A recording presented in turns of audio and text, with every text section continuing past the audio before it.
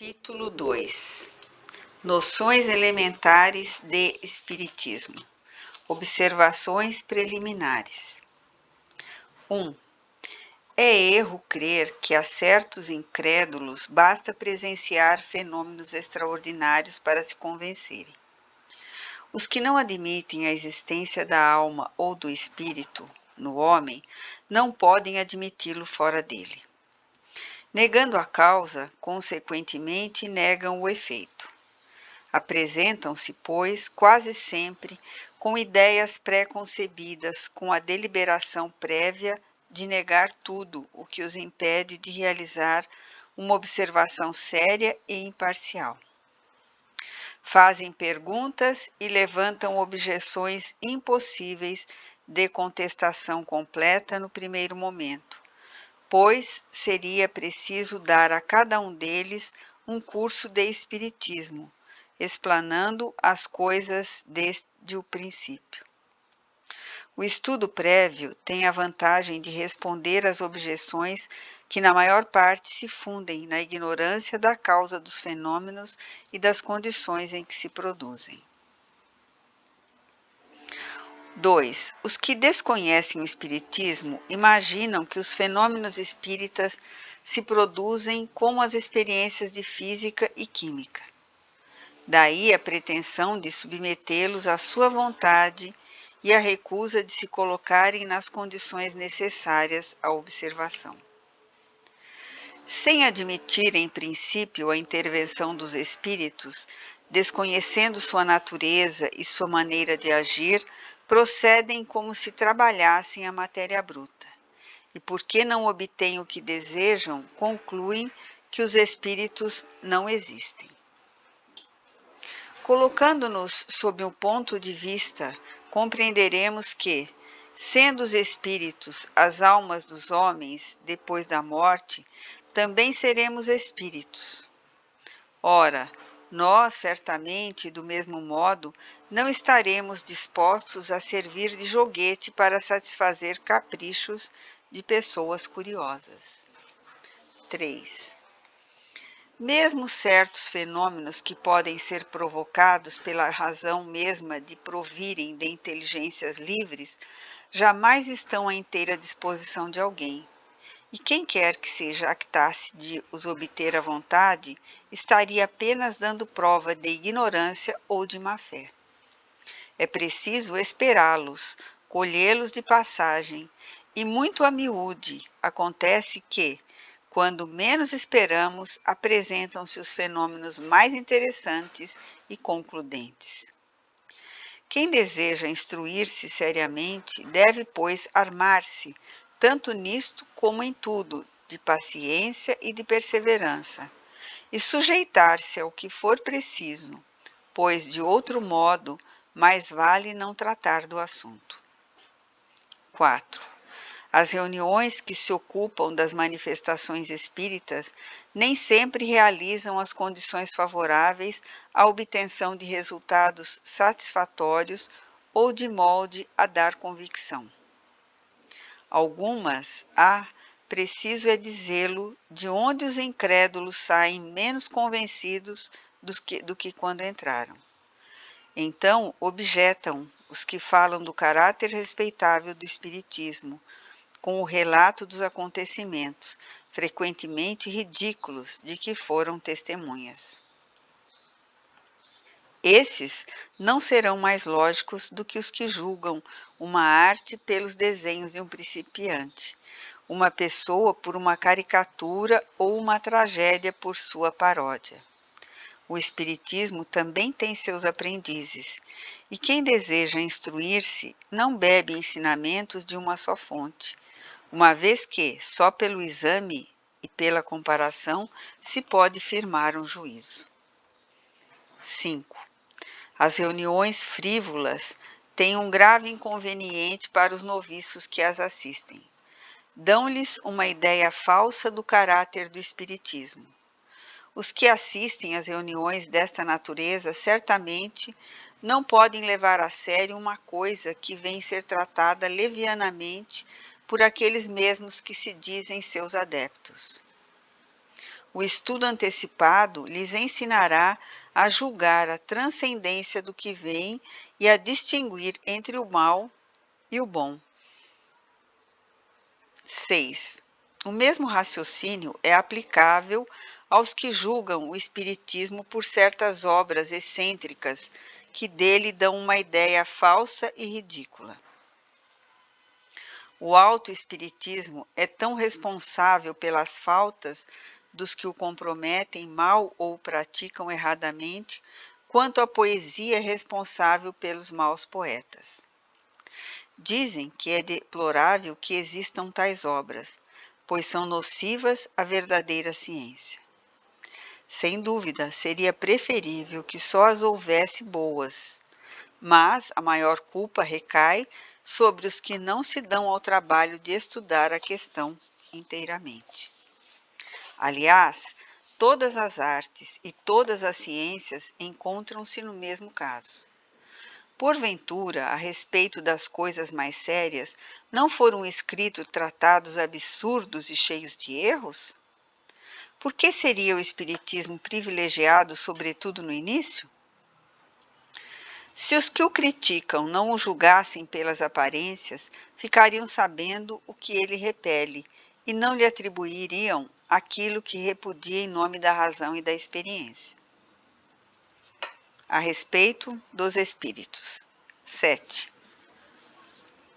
Os espíritos não são, como vulgarmente se acredita, uma criação distinta das outras.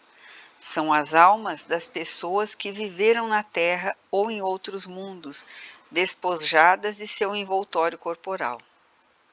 Quem admite a existência da alma sobrevivendo ao corpo, igualmente admite a dos espíritos. Negar estes equivale a negar aquela. 8. Comumente fazemos uma ideia falsa dos espíritos. Estes não são, como alguns pensam, seres imprecisos e indefinidos, nem chamas como as dos fogos fatos, nem fantasmas como os dos contos fantásticos. São seres semelhantes a nós mesmos e que, como nós, têm um corpo mais fluídico e invisível em estado normal. 9. Durante a vida, quando unida ao corpo, a alma tem um duplo envoltório, pesado, grosseiro e destrutível, o corpo. Outro fluídico, leve e indestrutível, o perispírito. 10. 3 coisas essenciais contam-se, pois, no homem. Primeiro, a alma ou o espírito, princípio inteligente, onde residem o pensamento, a vontade e o senso moral. Segundo, o corpo envoltório material que põe o espírito em relação com o mundo exterior. Terceiro, o perispírito envoltório leve e imponderável que serve de laço intermediário entre o espírito e o corpo. 11. O envoltório exterior, o corpo, sucumbe quando está gasto e já não pode realizar suas funções. O espírito dele se liberta, como o fruto se despoja da casca, a árvore da cortiça e a serpente da pele. Melhor dito, como nos livramos de uma veste imprestável. A isto chamamos morte. A morte é a simples destruição do envoltório material, o qual a alma abandona como a mariposa abandona a crisálida. A alma conserva, entretanto, seu corpo fluídico ou perispiritual. 13. A morte do corpo liberta o espírito do envoltório que o prendia à terra, ocasionando-lhe sofrimentos. Uma vez desembaraçado dessa carga, fica-lhe apenas o corpo etéreo, que lhe permite percorrer os espaços e franquear as distâncias com a rapidez do pensamento. 14. A união da alma, do perispírito e do corpo material constitui o homem. Separados do corpo, a alma e o perispírito constituem o ser denominado espírito. Observação: a alma é, desse modo, um ser simples, o espírito é um ser duplo e o homem um ser tríplice. Seria, pois, mais exato reservar a palavra alma para designar o princípio inteligente e a palavra espírito para ser o ser semimaterial formado por aquela e o corpo fluídico.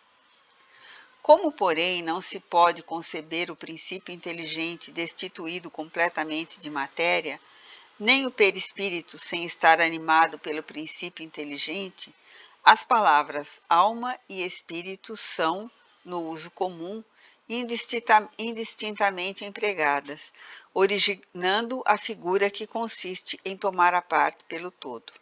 Assim é que se diz de uma cidade que está povoada de tantas almas, de um povoado composto de tantos lares. Filosoficamente, entretanto, é preciso estabelecer a distinção. 15. Revestidos do corpo material, os espíritos constituem a humanidade ou mundo corporal visível. Despojados desse corpo, constituem um mundo espiritual ou invisível, que povoa os espaços e em contato com o qual vivemos sem suspeitar, como acontece com o mundo dos infinitamente pequenos, que ignorávamos até a invenção do microscópio. 16. Os espíritos não são, pois, seres abstratos, vagos e indefinidos, mas concretos e circunscritos. Para aparecerem aos olhos dos mortais, falta-lhe apenas que se tornem visíveis. Segue-se, pois, que, se num dado momento pudessem erguer a cortina que os oculta à nossa vista, constituiriam uma verdadeira população ao nosso redor. 17. Os espíritos possuem todas as percepções que tinham na Terra, ainda mais requintadas.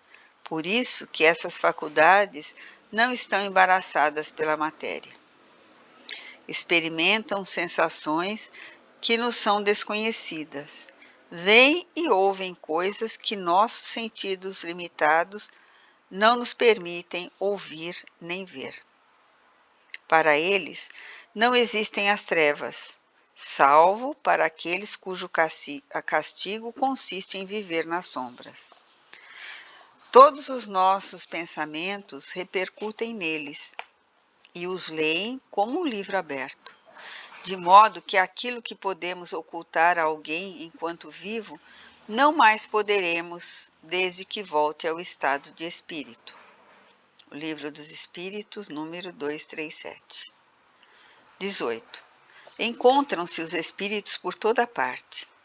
Então, entre nós, ao nosso lado, observando-nos incessantemente. Mercê de sua contínua presença entre nós, os espíritos tornam-se agentes de diversos fenômenos. Desempenham um papel importante no mundo moral e, até certo ponto, no mundo físico. Constituem, assim, uma das suas potências da natureza. 19. Desde que se admita a sobrevivência da alma ou do espírito, é racional admitir a dos afetos, sem os quais as almas de nossos parentes e amigos ser-nos-iam arrebatadas para sempre. Como os espíritos podem ir a toda parte, é igualmente racional admitir que os que nos amaram durante a vida terrena nos amem depois da morte, que vivam ao nosso lado, que conosco desejem comunicar-se e que, para o conseguir, empreguem os meios à sua disposição. Isto é confirmado pela experiência. Realmente, a experiência prova que os espíritos conservam os afetos sérios que tinham na terra, que se alegram de estar ao lado dos que amaram, principalmente quando atraídos pelo pensamento e pelos sentimentos afetuosos que se conservam. ao passo que se mostram indiferentes para com aqueles que lhes votam indiferença. 20. O Espiritismo tem por fim demonstrar e estudar as manifestações dos espíritos, suas faculdades, sua situação feliz ou infeliz e o futuro que os aguarda. Numa palavra, o conhecimento do mundo espiritual. Comprovadas essas manifestações, conduzem à prova irrecusável da existência da alma e de sua sobrevivência ao corpo, de sua individualidade após a morte. Numa palavra, a realidade da vida futura. Tem ainda o objetivo da negação das doutrinas materialistas, não pelo raciocínio, mas por fatos. 21. Uma ideia quase geral entre os que não conhecem o Espiritismo é a de crer que os espíritos, pelo simples fato de estarem despojados da matéria, devam tudo saber e devam estar de posse da suprema sabedoria. É erro grave, sendo apenas as almas dos homens, não podem os espíritos adquirir a perfeição, apenas por haverem se desprendido do envoltório terreno. Só com o despreendimento sucessivo de suas imperfeições adquirem os conhecimentos que lhes faltam. Tão ilógico seria admitir que o espírito de um selvagem ou de um criminoso se converta imediatamente num sábio ou num virtuoso, quando, contrário à justiça de Deus, seria acreditar que permanecesse perpetuamente em sua inferioridade. Assim como há homens de todos os graus de cultura e de perversidade, também há espíritos. Existem os que são levianos, travessos, mentirosos, burlões, hipócritas, perversos e vingativos, enquanto outros, ao contrário, possuem as mais elevadas virtudes e um grau de cultura desconhecido na Terra. Esta diversidade de qualidades dos espíritos é uma das questões mais dignas de consideração, pois explica a boa ou a má natureza das comunicações recebidas. E nós devemos nos empenhar especialmente em estabelecer essa distinção. O Livro dos Espíritos, número 100, Escala Espírita. O Livro dos Médiuns, capítulo 24.